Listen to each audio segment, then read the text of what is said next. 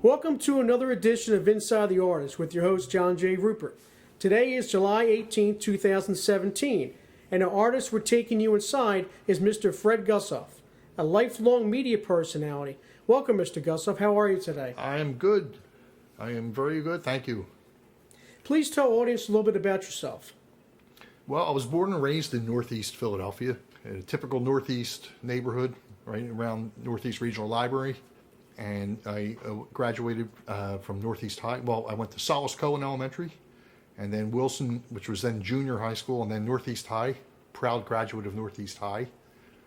Then I went to community college to study journalism, and then I transferred to Temple, where I got a bachelor's degree. And shortly thereafter, I began my career in print journalism. So right after college, actually after college, I did a few odd jobs. I worked in the city government. I worked in the L&I department and the streets department. And some of the things I saw there would shock people. And actually, it wouldn't shock people. I saw a lot of waste and inefficiency. And I was considering using my journalistic training to do an expose on the waste in city government, but I never got around to it. But after a few years of doing those odd things, I got a job I started freelancing as a reporter for a small paper that circulated in Rockledge and Fox Chase and Lawndale. It was called the Northeast Breeze. So I began as a stringer, that is a freelancer.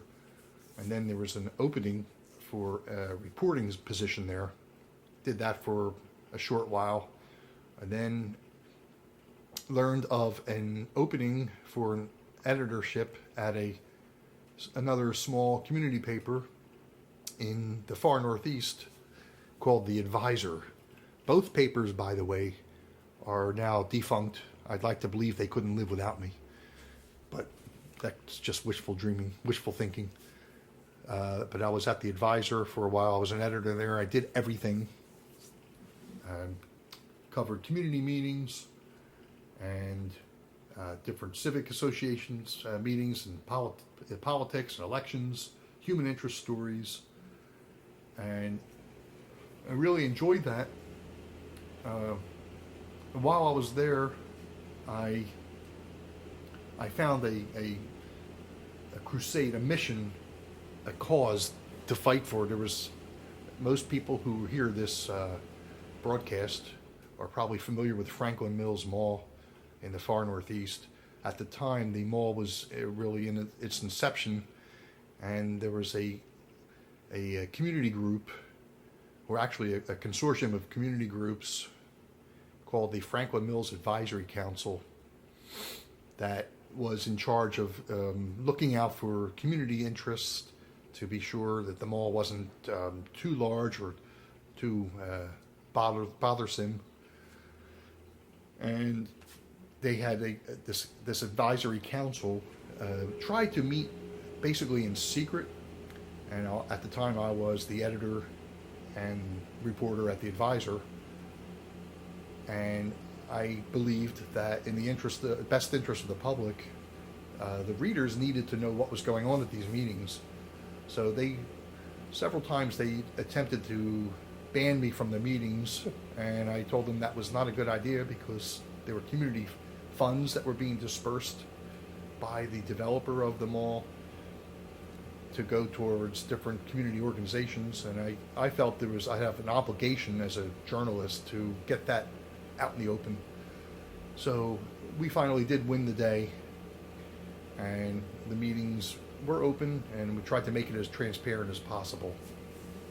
I think that some of my training from school on terms of journalistic ethics played a part in my tenacity. Okay, so after The Advisor, I left The Advisor to go on to my major employer, which was the Northeast Times. I went there and I started freelancing for them, and then shortly after that there was a position as a reporter. So I worked my tail off at the Northeast Times as a reporter, and again covering largely community groups and politics. I love politics. Politics is in my blood. And then a year or so after I began there, I became managing editor, and I was in that position for approximately 22 years. Do you have any questions thus far? Yeah, sure. When did you first know you wanted to get into the media profession? Probably when I was in my teens. I used to watch the TV news, local Philadelphia television, local news constantly. I was always interested in what was going on in the community. You know, I wasn't one to believe in being an ostrich. You know, I think it's important for all residents and businesses in this particular area to know what the heck is going on. So I watched the news a lot, and I figured at one point, and I was addicted to it. Not just politics, but all kinds of things, every aspect, good and bad news, softball stories and hard news, everything. So I figured I'd like to be a part of that.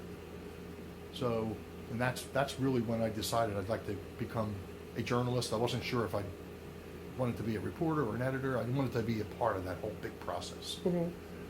So that's when I decided to go enroll and take journalism in college. Study journalism, and I'm very glad I did. And in fact, in my early career, I did intern at Channel 6 Action News for on the weekend. That was actually an internship that was associated with Temple, when my Temple career. And now, what did you that like? was interesting. What were some of your things you did with the internship? There, I worked at the assignment desk at Channel 6, and that was really very interesting. I make some calls. I did things that interns do. I probably got coffee for Jim O'Brien once, or I forget what maybe I went to the vending machine and got some food. But most of my time there was spent looking at news copy and making phone calls to various police departments in the area to see if there was any news. And that was exciting. And I sat through a couple of the newscasts as well, and I enjoyed that. I remember the highlight of my time there was when, right before broadcast, I think it was on a Sunday night. It was just before the 11 o'clock newscast. Maybe it was about 10:30 at night. We got a tip of a missing teenager somewhere in South Jersey. I don't recall which town. And I was able to get enough information from the police department in that town to get that on as the lead story on that night's 11 o'clock newscast. So I felt proud.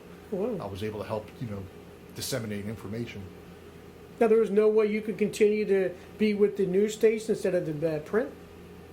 I tried. I was interested in applying in TV news, but opportunities came up in the print media, and I enjoyed that too, because, I wanted to grasp that opportunity because I used to read the paper. I used to get long-time listeners will remember the Philadelphia Bulletin, the Evening Bulletin. So when I was a kid, we used to get the Bulletin and the Inquirer delivered. So I was really familiar with print media. And the Journal back in the day. And the Journal, I think most of your male listeners will remember page 7 in the Journal. And that helped circulation. But yeah, we used to get both of those papers every day, so that helped me, helped solidify my interest in print media too. Now, you said you went to school for it. While you were at school, did you belong to any paper? I did. At community college, I did some writing for the school paper called the Vanguard. Mm-hmm. I didn't do a whole lot. It was a few stories here and there, and it was fun to see my first byline. My first time that had a story in print was, it was pretty exciting. You got to see how they set everything up too. Yeah, not in the community college paper so much, because really? I would just turn in the text. Because I did that. They showed me how to do all that. I probably sat. I did. That was one of the courses that the professor had us do some newspaper mock-up. Mm-hmm. But by and large, when I wrote stories for the Vanguard at community college, I just basically turned in my text. It was just a printout of text. Remember any stories? The first one I did there, I think it involved a female student who had been accosted in the girls' room. And I do remember. I remember speaking with the school security guard. Gave me some basics, but it's like guys never forget their first girlfriend. A journalist never forgets his first story. Yeah, my first one was first grade, I interviewed our Boilermaker in Cornell Elementary. Ah, did he have a lot of? It reminded me of Freddy Krueger. That's how bad it was. We were all the way down. It was like a sub basement, and they literally had a gigantic furnace here. As he was talking to us, he was thrown in the coal. So that was pretty cool. Oh, yeah, cool or not so cool? Maybe pretty hot. That was cool. Yeah. Yeah, that's. Like you said, you never forget your first, your first article, first report. Yeah. One question is, do you have a favorite article or an editorial you've done over the years and why? Something stands out.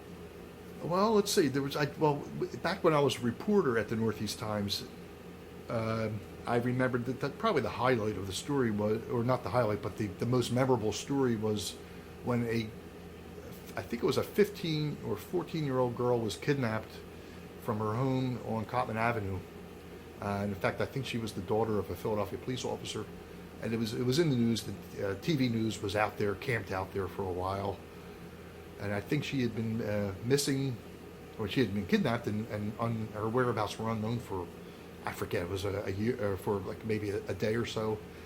But I do recall I was among the dozens of news media people from print and electronic who were camped out in front of the house on Cottman Avenue. It was right in Mayfair. And nobody was allowed in to interview the family except yours truly. Oh, wow. And to this day, I don't know why they picked me. I guess because they thought I was great. But they did allow me into the house for 10 or 15 minutes while all the family members and loved ones of the girl were waiting, to hear some good news, hopefully, by the phone. And I do remember they just allowed me in just to observe. I didn't want to intrude too much on asking them questions and asking them, what ifs and what if the worst case scenarios and all that. So I just basically sat there just as a spectator, but I still got the flavor.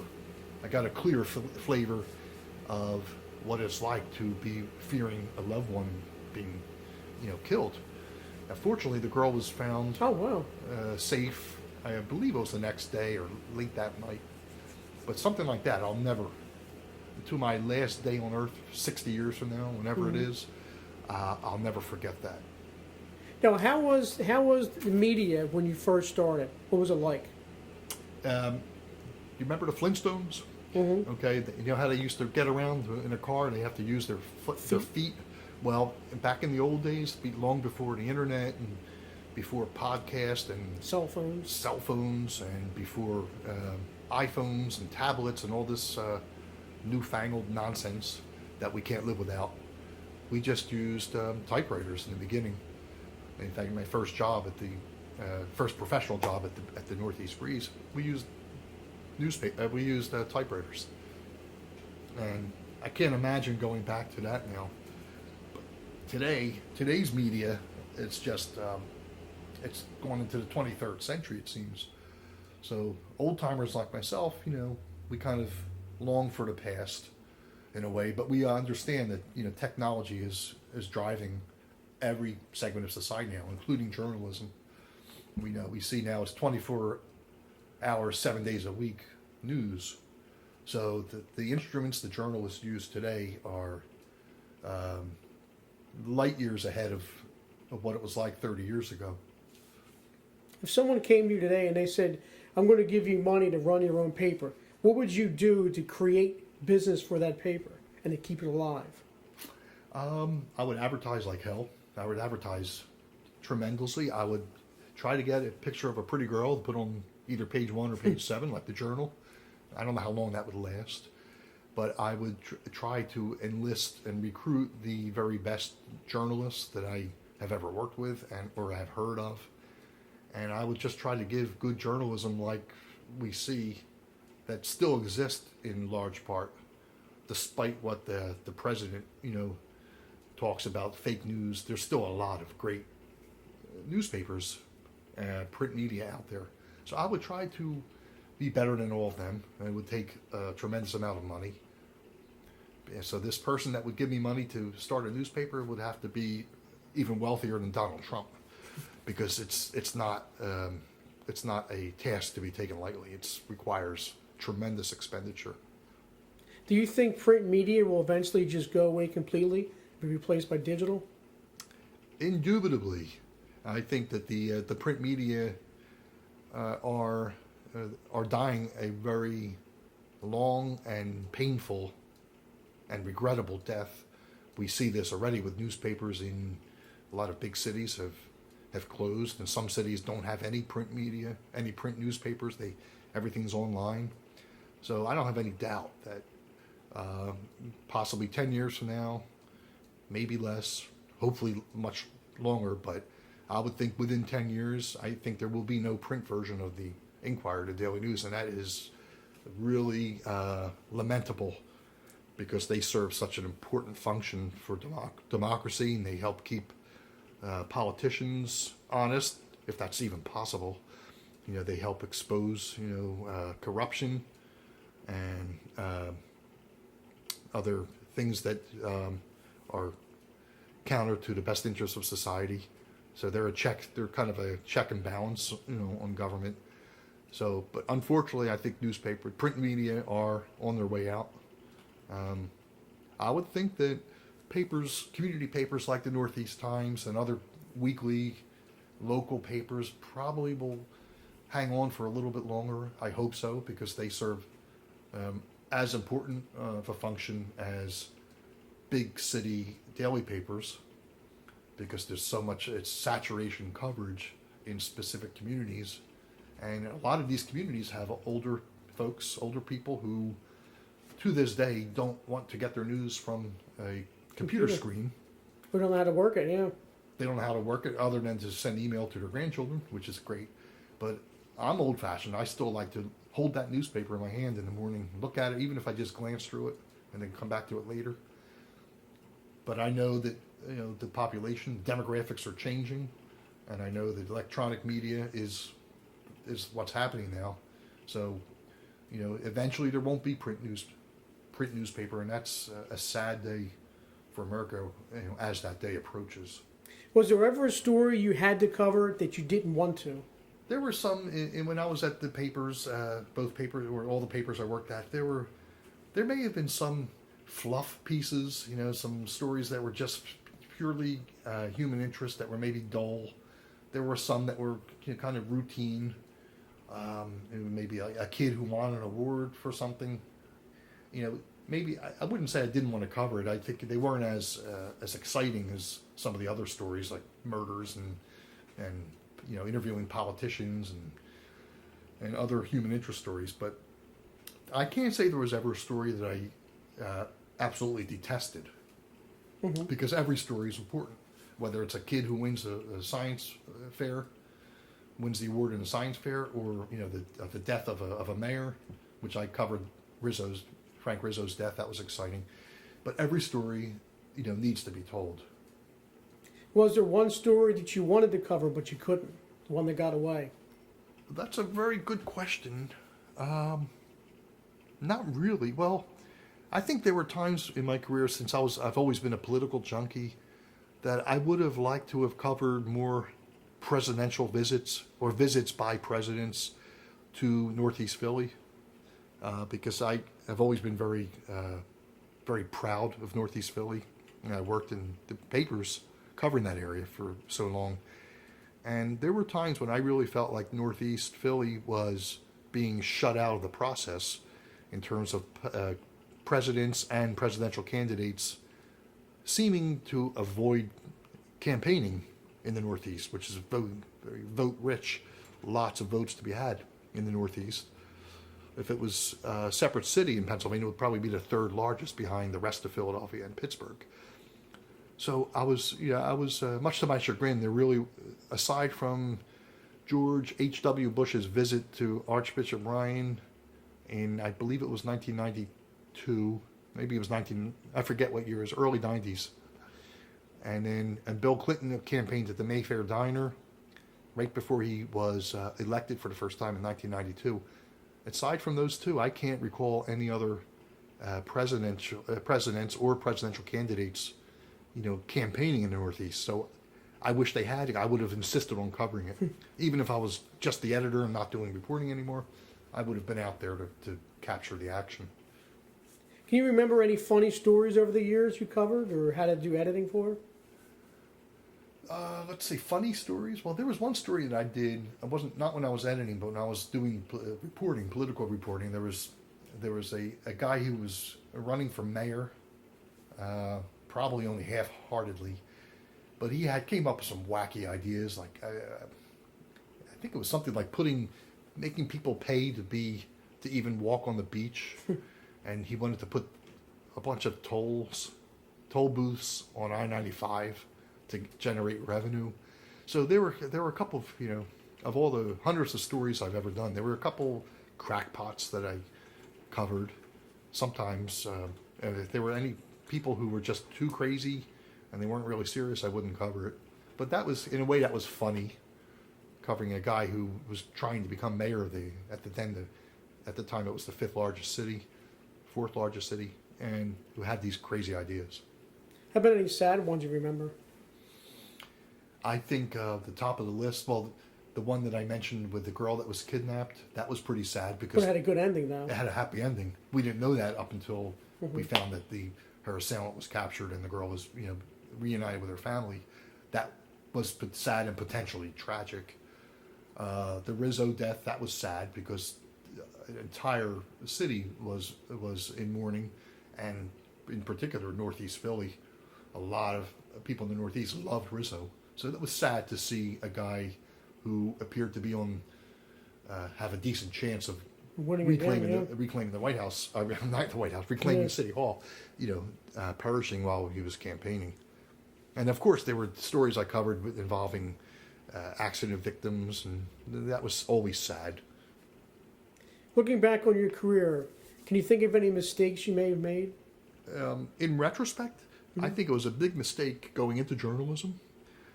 Because it's a labor of love, but it's not a place to earn enough money to be able to take cruises every week.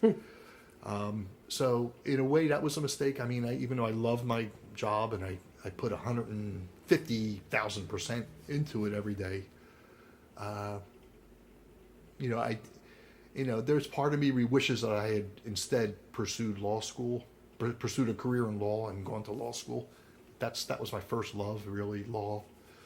In fact, now I'm studying to become a paralegal. But having gone through that, I can't really say I really regret it completely, because I think I made a lot of contributions, to the Northeast in terms of my reporting. And then when I was an editor, I laid out the paper, much of it with a good team. And I wrote the weekly editorials, and I enjoyed that, helping to give some people some food for thought. Who were some of your inspirations in the business growing up? Probably, believe it or not, with TV news, I always idolized Walter Cronkite, even though he started out probably in print media, but people always thought of him and Dan Rather and the 60 Minutes people as real idols, in journalism. And local TV news, they had investigative teams. And of course, the Inquirer and the Bulletin used to have a lot more investigative journalism going on, where they would uncover political corruption and other atrocities in government. So I would say, in addition to those national celebrities that were on TV, I idolized a lot of the print media in the big city dailies, because I know their job was important but very difficult. What about someone like Barbara Walters? I think she has a certain connection, with the country. I can never get past her lisp, and especially thanks to Gilda Radner, calling her Baba Wawa. I've never really taken Barbara Walters as seriously as maybe other people do, even though she has had a way of extracting good information from her interview subjects. I know she has a rapport. Same thing with Larry King on CNN. He would ask softball questions, and it's good entertainment, but I don't think, either one, really asked the extremely pointed questions that sometimes need to be asked of celebrities and other public figures. Do you have any advice or anyone trying or thinking about getting into the business? Yeah, look elsewhere. And I know it sounds facetious. I mean, my advice to kids is if you really have a passion for journalism, go for it. And don't take no for an answer. And get your clips. Volunteer to do some freelance pieces for your school paper. Volunteer to do some pieces for if you have any community papers left, offer to cover a meeting. Just be persistent and think outside the box. And that's how I got my jobs. I didn't just sit back and wait for jobs to come my way. I heard of opportunities or just made cold calls. And you have to be aggressive and assertive, not to be a pest, but just be persistent. I know you said the media has changed since you began. What good things have changed over the years in media to help your job better or someone's in the business better? I think in some ways it's a mixed blessing to have this electronic media because now everything is instantaneous. Mm-hmm. And I think now with hidden cameras and hidden microphones, I think it's in some ways it's made some public officials a little wary of the press in quotes. It's a bad word really, the press, but that's how they look at it. Some of the would-be corrupt politicians probably are thinking twice about taking money out of the cookie jar, the public's cookie jar, because they know the eyes of the media, and therefore the eyes of the public could be on them, and maybe people who weren't before inclined to be whistleblowers now realize that they have the protections of the law on their side in case they want to report a crime. Growing up, there was a lot of TV shows that helped kids learn. It was variety shows, live action cartoon shows. And you look at the TV shows these days, there's hardly anything on for kids. You know why that is? Why do you think? I think society really has, society's morals and standards and ethics have dropped, have plummeted. And that's why we see there's so much strife, in the world and in the country, because society by and large, I don't want to sound like nasty, but society by and large is comprised of a lot of ignorant people who keep their heads in the sand.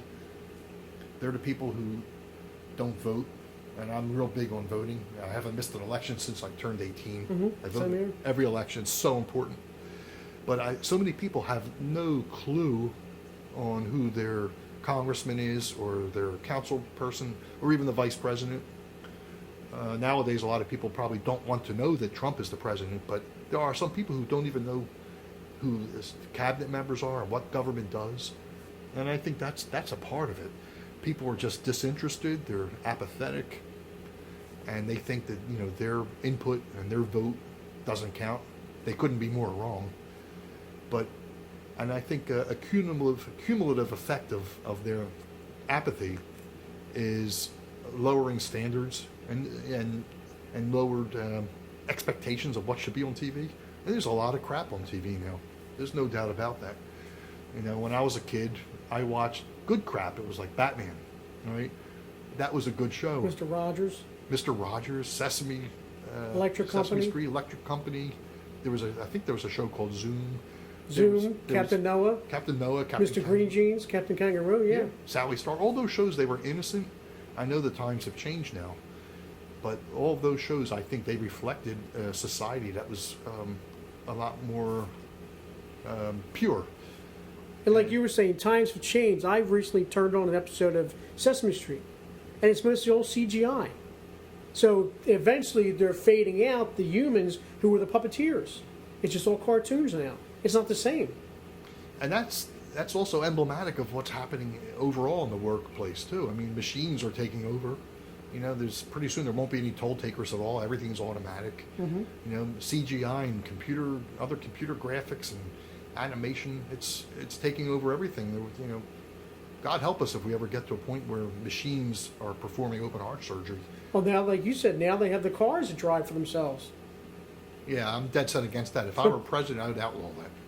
Yeah, this self-driving cars, and I mean, it's like computers are only as good as the programmer, and a self-driving car is only as good as the computer program that's moving it. So I don't like the abundance of AI. It's artificial intelligence that's taking over the world. Now, probably because you and I are both over the age of 30, we probably sound like old fogies, but I think sometimes the past really was better. They were the golden years. Yeah. So hopefully technology will adjust, and so that these self-driving cars will have built-in safeguards that will prevent them from crashing, and these automatic toll collectors, maybe they'll count things more efficiently. Hopefully technology will fulfill its obligation, but I'm not optimistic. Well, you were saying about computers, and I said one thing I noticed. I have friends that are artists. Now everything's done on the computer. They don't even touch a pencil to a paper anymore. It's all some kind of pen they use on a computer screen. So, are you actually creating it, or is the computer creating it? You know what I'm saying? I mean, there's nothing like you and I. The typewriter. I still have a typewriter. I like doing an article, writing a song, or writing an interview with a piece of paper and a pen or a pencil. So you physically have it in your hand, opposed to everything all digital. Like you were saying about the programs. You put everything all digital, your computer crashes, you lost your life's work. If your computer crashes and you still have hard copy, you still got it. That's why I always make sure I have a hard copy and have a digital, because I don't trust digital. Look at the photos. How many times have you looked at photos from great-grandmom's era and they're right in your hand?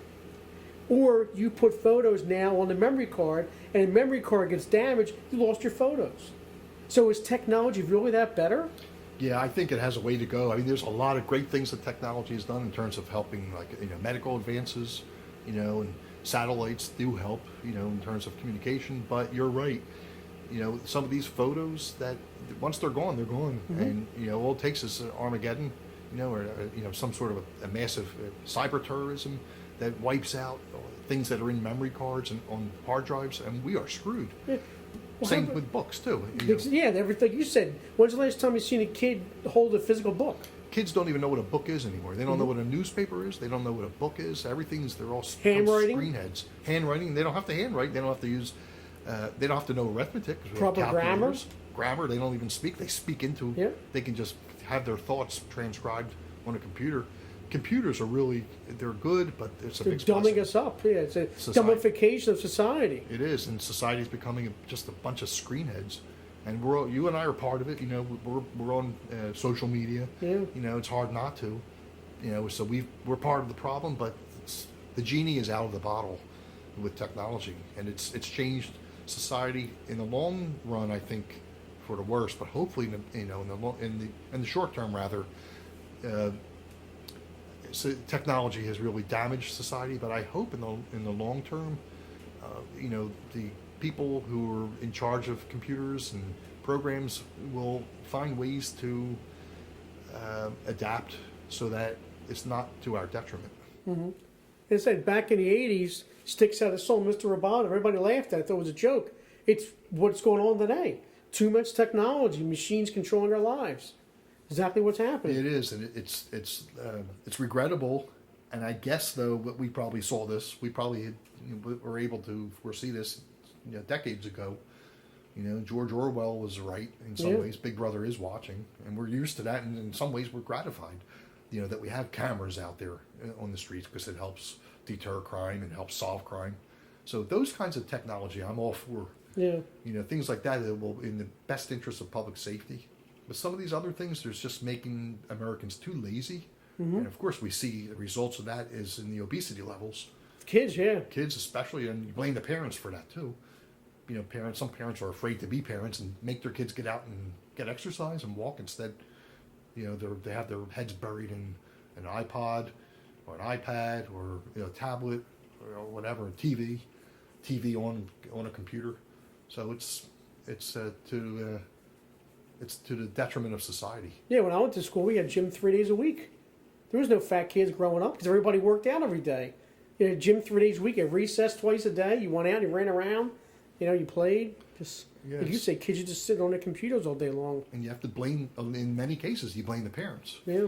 But yeah, I mean, back in our youth, obese children, obese classmates were a rarity. And ironically, now people are living longer. So try to figure that one out. Even though people are eating unhealthy, and I think many people eat out fast food far too often, and yet, demographics show we're all living longer, and that's something must be right. Yeah. Finally, what would you like to say to our listeners and our readers about your career? Well, I am not retiring. I'm too young to retire. But I'm very proud of the job I did when I was at the newspapers, in particular the Northeast Times. I left the paper because my position was eliminated. I was very unhappy about that, needless to say. But I have total respect for the paper and for my colleagues at the time. I know some of them are still working there, and I give them a lot of credit. It's not an easy job, but I felt like I was very glad that I was a big part of that. I poured my heart and soul into that job, and I think it showed. I mean, a lot of people respected, the paper, and they liked the way the paper looked. And I check it out online almost every week, and I think they're still doing a good job. But I want people to keep supporting all of the print media, including the local community papers, because once they're gone, you're going to be sorry. And so now I'm moving on. I'm going into the legal field, and I think with my background in writing and editing, I think that will serve me well. But I'm not ready to retire yet, nor would I want to, because too much idle time is the devil's workshop, as we know. You ever think about writing a book on your career? Because a lot of people do that. Yeah, I have thought about that. I don't know if I have the willpower to really get into everything, because I would really, if I was going to write a book, I'd want it to be literally an open book, and I would want to include everything. Mm-hmm. And there, like most people, there are parts of my past, nothing illegal, but there were parts of my past that I may not want to publicize. And I would feel an obligation if I was writing a book to get everything out there. So that's not exactly a priority, but I have thought about writing a book, maybe a fiction. Maybe I'll write a book about a reality TV celebrity who becomes president. No, I'm just kidding on that one. That's not. Or an actor that becomes president. An actor that becomes president, or a Secretary of State who's very secretive, who almost becomes president. Yeah. But if I was going to write a book, maybe it would be something political or politically oriented, because I just love politics. But no plans to write a book just yet. Fred, thank you for your time, sir. Oh, you're very welcome. Good luck welcome. and God bless. Oh, thank you.